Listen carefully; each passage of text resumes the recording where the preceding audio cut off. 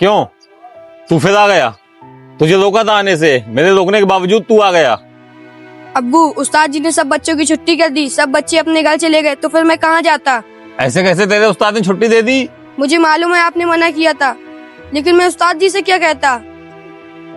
अब तू कुछ ना कहे, जो कहूंगा मैं कहूंगा। चल तुझे छोड़कर आता हूँ।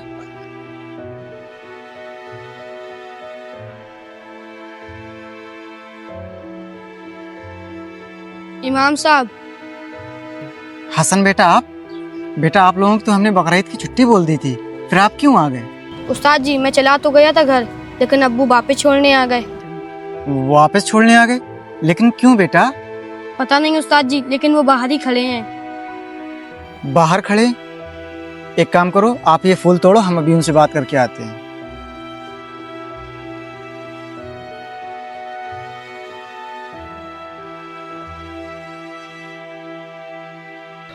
जी अस्सलाम वालेकुम।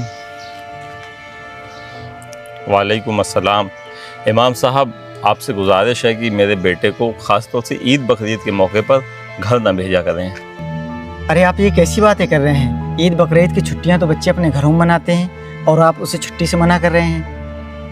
अरे इमाम साहब, हम गरीबों की क्या खुशियाँ, हमें कौन सी कुर्बानी करना होती है।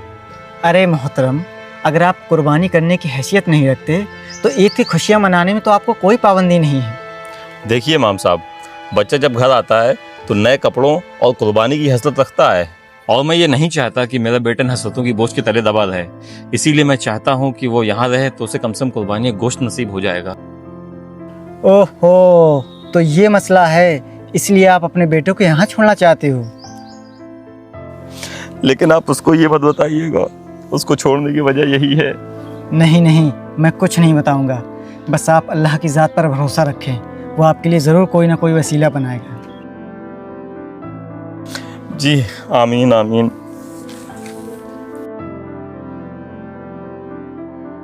बेचारा गरीब बाप ईद के मौके पर भी बच्चे को कपड़े लेके नहीं दे सकता और अमीरों से गोश्त की उम्मीद भी नहीं रखता, फिर भी ऐसे हालात में बेचारा करे भी तो क्या।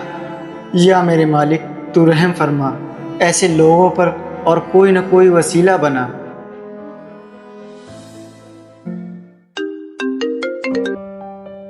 शाह साहब मुबारक हो, फैसला आपके हक में हुआ है। जो आपकी 10 करोड़ की जमीन थी वह वापसी होने से अब कोई नहीं रोक सकता। क्या वाकई? ये तो आपने बहुत अच्छी खबर सुनाई है, अल्लाह का लाख लाख शुक्र है। जी बहुत बहुत मुबारक हो। सही कहते हैं कि जीत हमेशा सच की होती है। जी बेशक, मैं मिलता हूँ आपको थोड़ी देर में।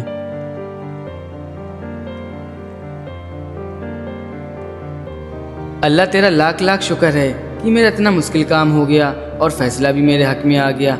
हमेशा की तरह इस बार भी सच की जीत हुई है। अब जो मैंने इस काम के होने पर नियत की थी, सबसे पहले जाकर वो पूरी करता हूँ। अस्सलाम वालेकुम मोहतरम। वालेकुम अस्सलाम। इस मदरसे के इमाम साहब आप ही हैं? जी मैं ही हूँ, आप हुक्म करें। दरअसल इमाम साहब बात ये है कि मैंने नियत की थी कि मेरा एक काम हो जाएगा तो मैं अल्लाह की राह में कुछ पैसे दूंगा, और अल्हम्दुलिल्लाह वो मेरा काम हो गया, तो बस इसी सिलसिले में आया हूँ। माशा अल्लाह, ये तो बड़ी खुशी की बात है। अल्लाह आपके काम में और आसानियाँ पैदा करे। जी बहुत बहुत शुक्रिया। ये लीजिए 50,000 रुपये, इनको अल्लाह की राह में बेहतर तरीके से खर्च कर दीजिएगा। इंशाअल्लाह अल्लाह आपको मजीद कामयाबी अता करे। वाह मेरे मालिक, ज़रूरतमंदों का कहाँ कहाँ से वसीला बनाता है। बेटा, सबक याद कर लिया आपने? जी उस्ताद, सादा सबक याद हो गया। शाबाश। वैसे बेटा एक बात बताओ, हालात कब से ख़राब हैं आपके, और आपके घर में कुर्बानी कब से नहीं हुई? उस्ताद जी, जब से मैं पैदा हुआ हूँ अपने घर की हालत ऐसी देख रहा हूँ। कुर्बानी का कोई गोश्त भी हमारे घर में नहीं बेचता। अरे इमाम साहब, हम गरीबों की क्या खुशियाँ, हमें कौन सी कुर्बानी करना होती है। इंशाअल्लाह इस बार वो गरीब घर भी पहली बार कुर्बानी करेगा और ईद की खुशियाँ ज़रूर मनाएगा। मेरे मालिक अपने बंदों को कैसे कैसे नवाजता है।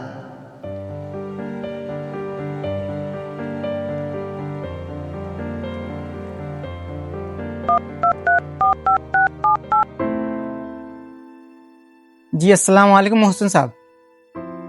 जी मैं इमाम शाहनवाज बोल रहा हूँ, किधर हैं आप? वालेकुम अस्सलाम। जी इमाम साहब, मैं घर के बाहर ही हूँ।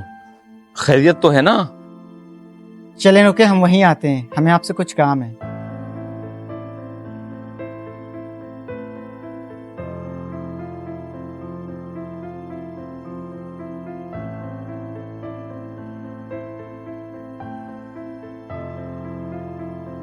अरे इमाम साहब, ये आप मुझे क्यों पकड़ा रहे हैं? जिसका है उसे ही पकड़ा रहे हैं, ये आपका ही है। अरे इमाम साहब, मैं तो गरीब इंसान हूँ, ये मेरा कहाँ से हो सकता है? बस ये समझें आप कि अल्लाह का आप पर करम है, अल्लाह की तरफ से आपके लिए तोहफा है, रखें।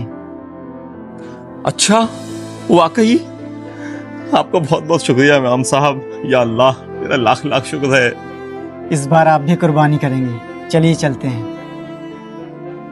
जिनके घर में सालों तक खुशी न आई थी, कुर्बानी सिर्फ उनके लिए एक अधूरी कहानी थी। फिर रब ने ऐसी रहमत बरसाई कि गरीब की आंखों में भी ईद मुस्कुराई। आपको हमारी तरफ से एडवांस ईद उल अजहा मुबारक।